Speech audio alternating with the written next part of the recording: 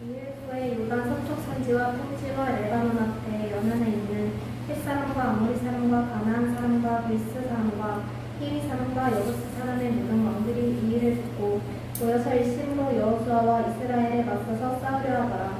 기브온 주민들이 여호수아가 여리고와 아이에 행한 일을 듣고 때를 내어 사신의 모양을 꾸미되 헤어진 전제와 헤어지고 찢어져서 기운 가죽 포도주 그대를 나귀에 싣고 그 발에는 낡아서 기운 신을 신고 낡은 옷을 입고 다 마르고 곰팡이가 난 떡을 준비하고 그들이 길갈 진영으로 가서 여호수아에게 이르러 그와 이스라엘 사람들에게 이르되 우리는 먼 나라에서 왔나이다. 이제 우리와 조약을 맺읍시다 하니 이스라엘 사람들이 히위 사람에게 이르되 너희가 우리 가운데 거주하는 듯하니 우리가 어떻게 너희와 조약을 맺을 수 있으랴 하나 그들이 여호수아에게 이르되 우리는 당신의 종들입니다 하매 여호수아가 그들에게 묻되 너희는 누구며 어디서 왔느냐 하니 그들이 여호수아에게 대답하되 종들은 당신의 하나님 여호와 이름으로 말미암아 신이 먼 나라에서 왔사오니 이는 우리가 그의 소문과 그가 애굽에서 행하신 모든 일을 들으며 또 그가 요단 동쪽에 있는 아모리 사람의 두 왕들 곧 헤스본 왕과 시온과 아스다롯에 있는 바산 왕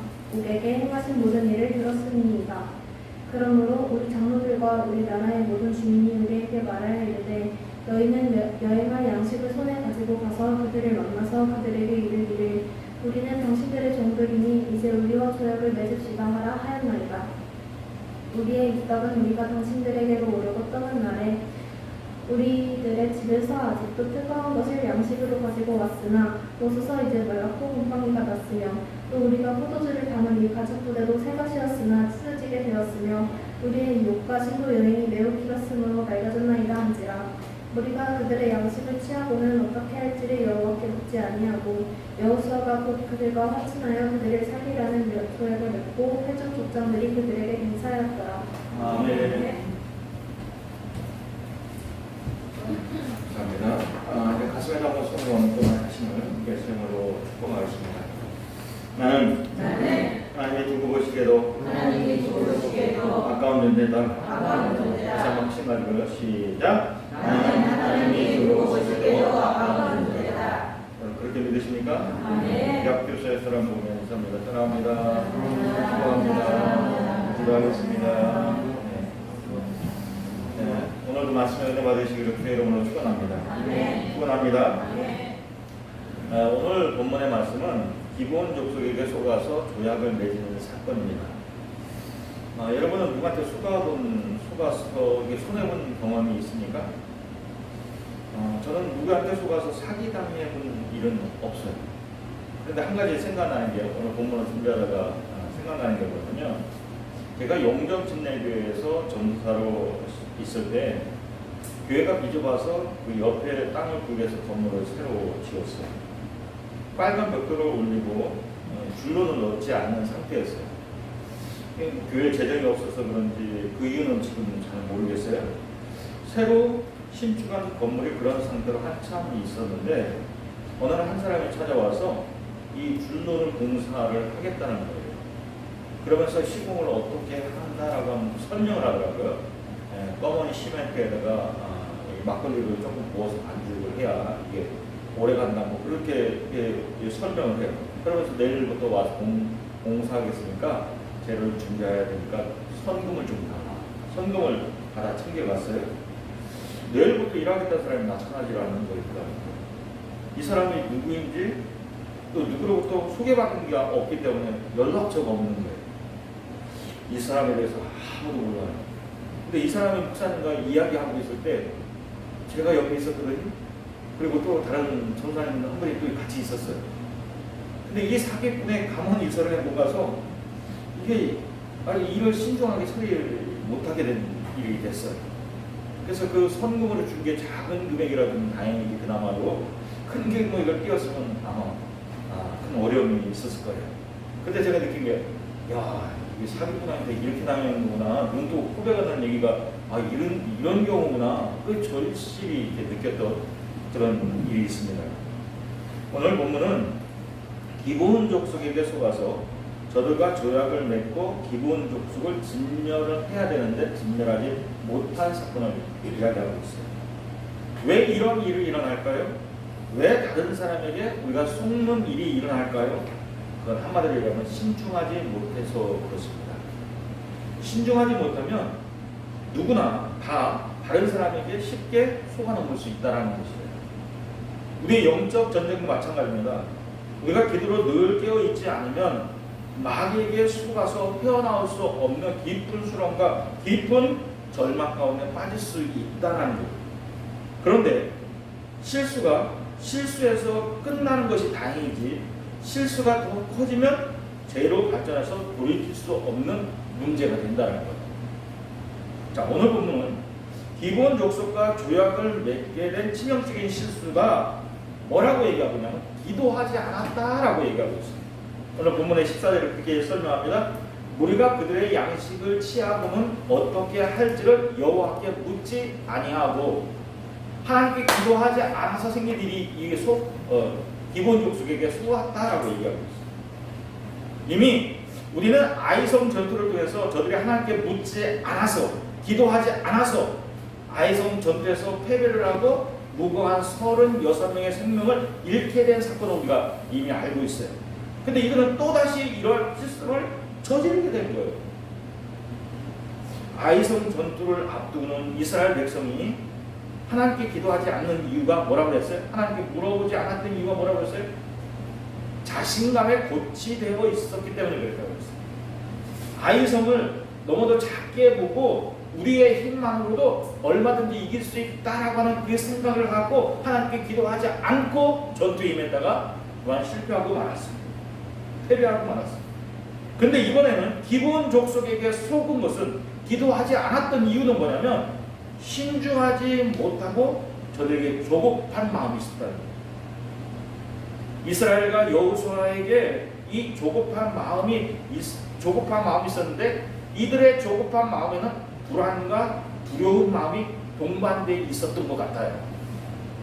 오늘 본문 1절을 이렇게 시작합니다. 1절에 보면 이 일 후에, 아이성을 점령한 후에죠.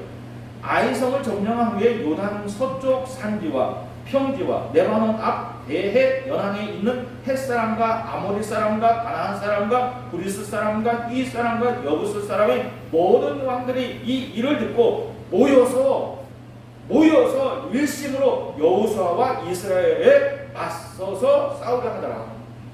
자, 이 가나안 땅에는, 팔레스타인 지역에는 6개의 족속이 살고 있어요. 근데 여호수아와 이스라엘 백성들이, 이스라엘 군대가 한 이야기를 들었어요. 소문으로 들었어요. 그래서 이들이 이스라엘 군대를 대적할 수 있는 방법은 뭘까 생각한 건 뭐냐면 우리가 연합하자. 그래서 어떻게 됐어요? 1대6이 된 거예요. 1대. 이스라엘 하나에 가나안 땅에 살고 있는 6개 족속이 연합하게 된 거예요. 1대6. 여러분 생각해 보세요. 1대6을 인간적인 계산으로 생각하면 이건 이길 수 없는 전쟁입니다. 아니, 패할 수밖에 없는 전쟁입니다. 자, 이런 이 상황 속에서 그 중에 어느 한 족속이라도 내 편이 있었으면 좋겠다. 이런 암시가 이스라엘과 여호수아의 마음속에 깔려있지는 않았을까? 내면적인 고민에 이러한 생각이 깔려 있었을 것이다라고 생각해요. 자, 이러한 내면의 고민 속에 있을 때 기브온 주민이 보낸 사신이 여호수아와 이스라엘 군대를 찾아왔죠. 저들이 어떤 모습으로 찾아왔어요? 헤어진 전대를 가지고, 헤어져서 찢겨 기운 가죽 포도주 부대를 가지고, 낡은 신을 신고 낡은 옷을 입고 마르고 곰팡이 난 떡을 가지고 이들을 찾아왔어요. 이렇게 이장을 해서라도 차려 입고 와서 하는 말이 뭐냐면, 우리가 먼 나라에서 왔으니까 우리와 조약을 맺읍시다. 자, 이스라엘 입장에서 지금 한 사람이라도 우리 편이 돼주면 좋겠다라고 생각이 깔려있다라고 얘기했어요. 그런데 기브온 사람들이 이장에서 찾아와서는 이러한 제안을 하는 거예요. 아이성 전투에서 이스라엘이 상대의 혀를 찔렀던 거이 뭐냐면 매복 작전이었어요. 그렇죠? 매복 작전이었어요. 근데 이 기브온 족속은 곰팡이 작전을 쓰는 거예요. 곰팡이 작전. 그러니까 여러분, 이러한 치열한 두뇌 싸움이 영적인 싸움에 있기 때문에, 영적 싸움에 있기 때문에 우리는 늘 깨어있지 않으면 안 된다. 자, 이렇게 늘 깨어있지 않으면 어쩔 수 없이 속아서 넘어간다는 거, 속아서 넘어간다는 거. 예, 선금을 받아 챙긴 그 공사꾼이가 안 와서 며칠 뒤에 우리가 그 얘기를 하면서 뭐라고 할게요? 그냥 웃는 것밖에 없었어요. 허탈 웃음이 나왔어. 야, 이게 참 눈뜨고도 참 코베가 간다는 그 말이 맞구나. 세 사람이 한 사람을 당하지는 못하는 거예요. 자, 그래서 여러분, 작은 일, 쉬운 일도 가볍게 생각하지 말고 늘 기도하는 습관이 우리에게 있어요. 여러분, 늘 기도하는 습관이 있기를 주의 이름으로 축원합니다. 여호와께 묻기만 했어도 이러한 실수는 하지 않았을 겁니다. 이 장은 상대를 속이는 거예요. 그럴싸하게 보이는 거예요. 어느 누가 이유 없이 내게 호의를 베풀면, 그리고 칭찬과 선물을 할 때는 합리적인 의심을 해봐야 돼요. 이 사람은 왜 내게 이러한 호의를 베푸는가? 왜 이렇게 나한테 칭찬을 자꾸 하지? 이게 합리적인 좀 의심을 좀 해봐야 돼요. 기브온 족속이 이렇게 이장을 하고 이렇게 거짓말을 했던 것은 뭐냐면, 이스라엘가 어떻게 해서라도 조약을 맺어 살아남기 위한 거예요. 살아남기. 그러니까 여러분 생각해 보세요. 살기 위해서 무슨 말인지 못하겠어요? 아니, 살기 위해서는 무슨 짓거리라도 못하겠어요? 그러니까 이스라엘 사람들이, 이 기브온 사람들이 히 족속이고 이들이 저들 가까이에 있다라고 하는 것을 알았지만 이런 합리적인 의심을 품지 못했다는 거예요. 그리고 알고도 깜빡 속아 넘어갔다는 거예요. 자, 7절 한번 볼까요? 7절 같이 한번 읽어볼까요? 자, 시작. 이스라엘 사람이 히 사람에게 이르되 너희가 우리가 가운데 거하는 듯 하니 우리가 어떻게 너희와 조약을 맺을 수 있으랴. 여러분 보세요. 이게 이스라엘 백성들이 이 지금 기브온에서 오는 사람들을 보고는 눈치챘어요. 그래서 뭐라고 하냐면, 너희가 우리 가운데 거주하는 듯 한데, 합리적 의심을 했죠.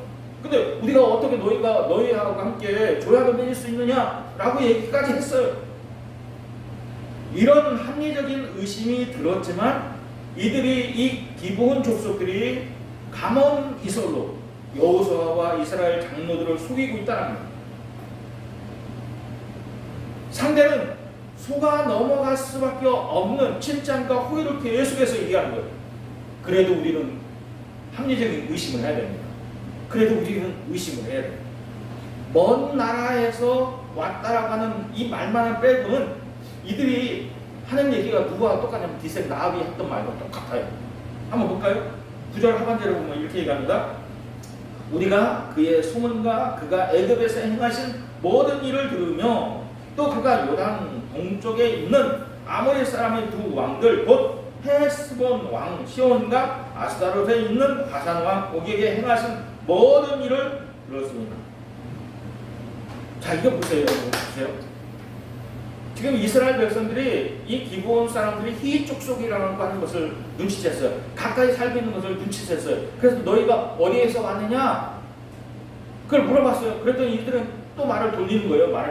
말을 돌려서 뭐라고 하냐면, 이스라엘 하나님이 했던 일, 이스라엘 백성들이 했던 일, 요단강 동쪽에서 했던 일을 자꾸 칭찬하는 거예요.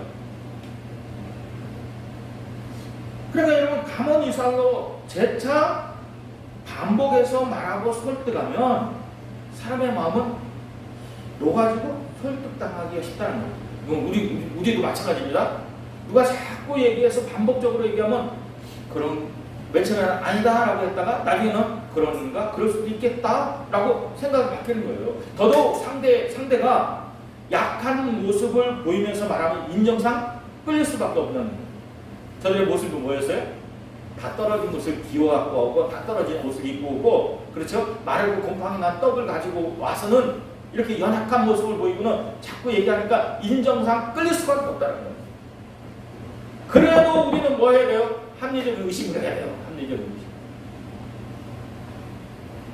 최소한 저들에게 너희가 어느 지역에서 왔는지 확인을 하고, 또 그곳에서 이곳까지 오는데 얼마가 걸렸냐, 왜 그 먼 곳에서 오는데 말을 타고 오는 것이 아니라, 아니 다른 이동 수단도 있을 텐데 왜 그렇게 타고 오지 않았는가라고 묻기만 했다면, 이것을 확인만 했다면 기브온 족속들의 말이 거짓말이라는 것을 확인할 수 있었을 텐데, 저들이 자꾸 말을 돌려서 가문 이스라엘로 자꾸 현혹시키니까, 설득하니까 이게 알면서도 당할 수밖에 없었다는 것이. 자, 이런 면에서 우리는 이 기드온 족속을 또 칭찬해야 돼요. 이들은 다른 족속보다도 다른 족속과는 달랐죠. 6개 족속은 지금 어떻게 합니까?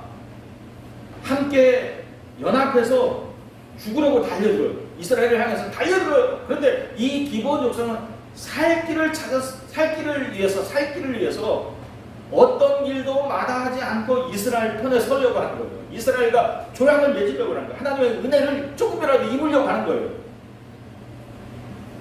하나님이 이렇게 필사적으로 살려고 하는 사람들에게는 살 길을 열어주시는 것 같아요.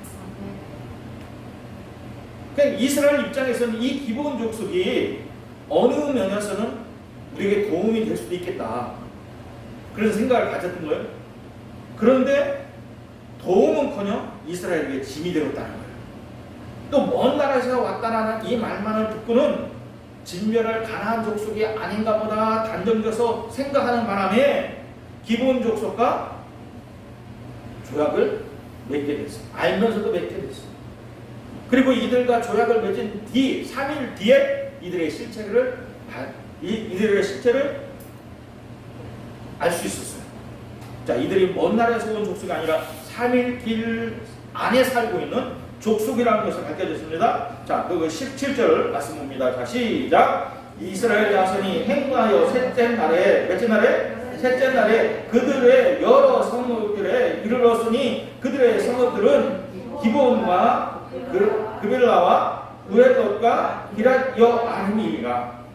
자, 그렇죠. 행고 나서 3일 가는데 그리 보니까 그때 기브온 족속이 거기 나오는 거예요. 자, 이들이 가나안 족속으로서 진멸할 대상이라고 하는 사실을 알고 있었는데 이들과 조약을 맺음으로 인해서 이제 진멸할 수 없게 된 거예요. 그러니까 여러분, 이들이 가나안 족속으로서 진멸할 대상이라고 하는 것이 분명히 밝혀졌기 때문에 이스라엘 회정들 가운데서 원망과 분란이 일어나기 시작했습니다. 이들이 거짓말로 맺은 조약을 파기하고 저들을 진멸하자라고 하는 의견도 있고, 또 다른 의견은 이들이 거짓말로 조약을 맺었지만 하나님의 이름으로 우리가 맹세를 했기 때문에 저들을 진멸하지만 안 된다라고 하는 의견도 또 있었어요. 아까 말씀드렸죠? 실수로 더 큰 죄를 지면 안 된다고 말씀드렸어요. 실수는 실수로 인정해야지, 실수를 가리기 위해서 우리가 더 거짓말을 하고 더 큰 거짓말을 하고 그 실수를 숨기려고 하면 더 큰 죄 문제가 따라오게 된다는 거예요. 그러니까 여러분, 우리가 때로는 실수할 수 있어요. 근데 내가 실수한 것을 부끄럽게 생각하지 않고 빨리 인정하는 것이 최선의 방법이에요. 실수한 것을 그대로 빨리 인정해. 그래야 더 큰 거짓말을 하지 않게 된다는 거예요. 그래야 더 큰 문제를 내가 막을 수 있다는 거예요. 지난주에 제가 집사고 일체라고 하는 TV 프로그램을 잠깐 봤어요. 우리나라의 게임 개발업체 K게이츠라고 하는 회사가 있는데 그 회사의 회장이 남궁훈 회장님, 이 사람에 대한 이야기예요. 이 K게이츠 회사는 연 매출이 23조예요. 23조. 게임 개발을 해서 23조를 벌어들인데요. 그리고 요즘 취업 선호도가 2위를 하는 거예요. 그러니까 요즘 젊은 청년들이 가고 싶은 그 기업의 1위라는 거예요. 그걸 보고 깜짝 놀랐어요. 이 사원들이 나와서 자유스럽게 자담형식으로 이야기를 하는데, 한 사원이 자신의 신입 때 이야기를 하는 거예요. 내가 신입 때 큰 실수를 해서 프로젝트 하나를 뒤엎어야 되는 실수를 했는데, 그래서 남궁훈 회장이 불러서 불려갔는데 자신이 이제 죽었구나. 고개를 떨구고 있는데 남궁훈 회장이 그렇게 얘기하더라는 거예요. 실수나 실패는 누구나 다 할 수 있는데 지금 우리가 뭘 해야 될지, 수술에 나가려고 하면 뭘 해야 될지 말해보라고 하더라는 거예요. 자신이 이제 잘릴 줄 알았대요. 크게 욕을 얻어먹을 줄 알았대요. 왜냐하면 회사에게 큰 불이익을 줬으니까, 손실을 줬으니까. 근데 그렇게 이야기하는 회장의 이야기를 듣고 그 자리에서 그냥 엉엉 울었다는 거예요. 저는 그 말에 누구나 실패와 실수는 할 수 있다. 근데 더 이상 큰 죄를 져서는 안 된다는 것이죠. 자, 뭔가 도움이 될 것 같아서 이 기본 족속과 조약을 맺었는데 기본 족속이 도움은커녕 오히려 이스라엘에게 짐만 되고 문제만 일으켰어요. 어떤 문제였어요? 기본 족속과 거짓으로 기본 족속과 조약을 맺음으로 인해서 공론이 분열됐어요. 한쪽은 이들과의 조약을 파기하고 저들을 진멸해야 된다. 한쪽은 우리가 그래도 하나님의 이름으로 맹세했기 때문에, 조약을 맺었기 때문에 이들을 살려야 된다. 그냥 살려야 된다. 이 의견이 분분하. 근데 만약에 이 의견이 자기들의 의견만 계속해서 고집하고 서로 대립의 각을 세웠다라면 어떻게 됐을까요? 이스라엘 내에서 내분이 일어나서 자중지단으로 망할 수밖에 없는 거예요. 자, 여러분이 생각할 때 뭐가 더 큽니까? 저들의 거짓말이 큽니까? 아니면 여호와의 이름으로 맹세한 조약이 큽니까? 뭐가 큰 것 같아요? 뭐가 큰 것 같아요? 저들이 거짓말한 조약입니까? 아니면 우리가 이 하나님의 이름으로 조약을 맺은 게 큽니까? 자, 이럴 때 이런 대립이 생길 때 우리가 뭐라 해야 되냐면 창조적인 제안을 하는, 창조적인 제안.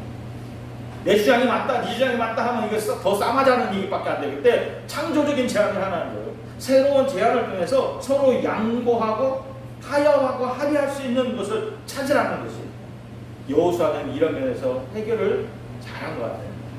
자, 여호수아가 이 문제를 어떻게 해결했습니까? 첫째는 이들의 거짓말을 크게 책망했던 것을 봐요. 22절에 보면 여호수아가 그들을 불러다가 말하여 이르되 너희가 우리 가운데 거주하면서 어찌하여 심히 먼 곳에서 왔다고 하여 우리를 속였느냐? 라고 책망하게 됩니다. 만약에 여호수아가 기브온 족속을 책망하지 않았다면 어떤 일이 일어났을까요? 기브온 족속은 또 거짓말을 했을 겁니다. 왜요? 상황이 불리하게 되면 또 거짓말할 수밖에 없어요. 내가 거짓말하는 것을 숨기려고 하면 더 큰 거짓말을 할 수밖에 없어요.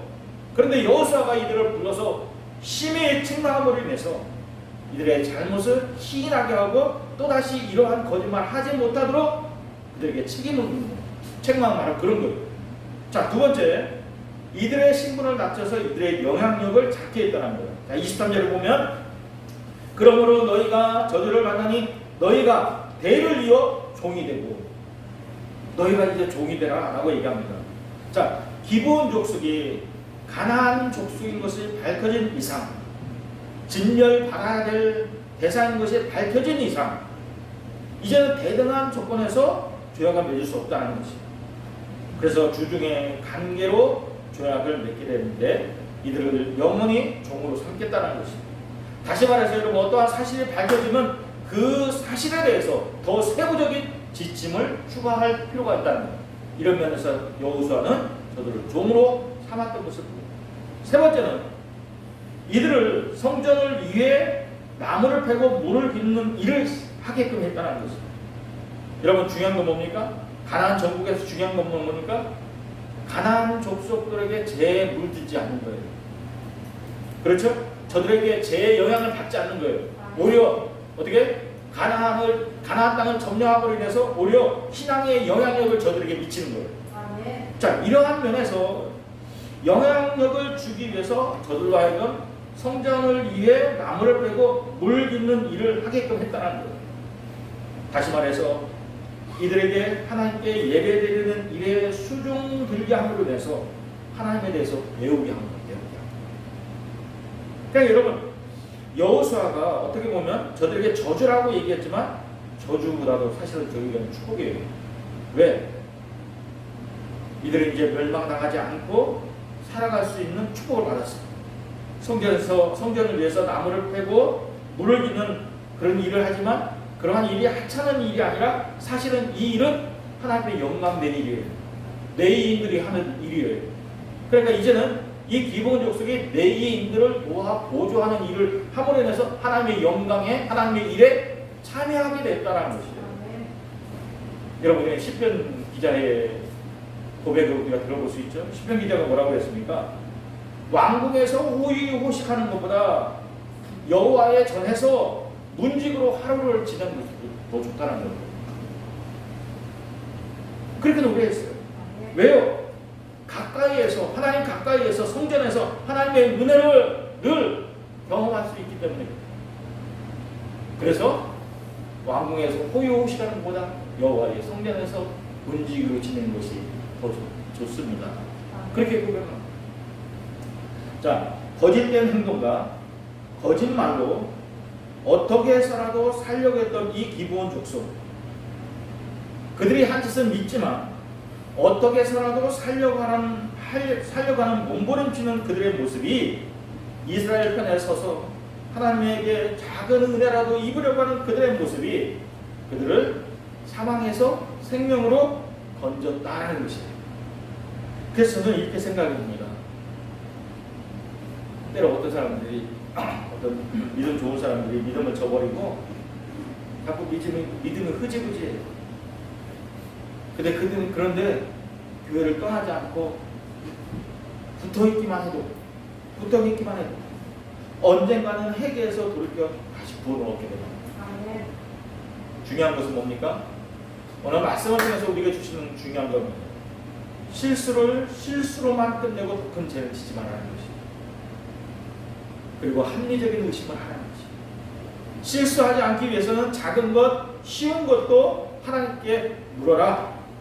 하나님께 기도하는 것이 실수하지 않는 것이다. 우리가 명심해야 될 건 뭡니까? 세상은 우리가 생각하는 것만큼 그렇게 호락호락하지 않다는 것입니다. 가진 술수와 가만히 있어도 유혹해서 나를 넘어뜨리려고 하는 것이 사단의 유혹이라는 것입니다. 눈뜨고도 포배 가는 그런 세상이라는 것입니다. 그러니까 우리가 늘 깨어 기도하지 않으면 나도 모르는 사이에 사단에게 유혹을 받아서 넘어질 수밖에 없다는 것입니다. 그러니까 여러분 뭡니까? 기도만이 해답입니다. 기도만이 실수를 줄이는 방법이에요. 여러분 이 사실을 믿으시기를 주의 이름으로 축원합니다. 우리 한번 따라서 합시다. 기도만이 해답이다. 기도만이 실수를 줄이는 법이다. 여러분 이 사실을 명심하시기를 주의 이름으로 축원합니다. 기도하겠습니다. 주님 감사합니다. 우리가 살아가는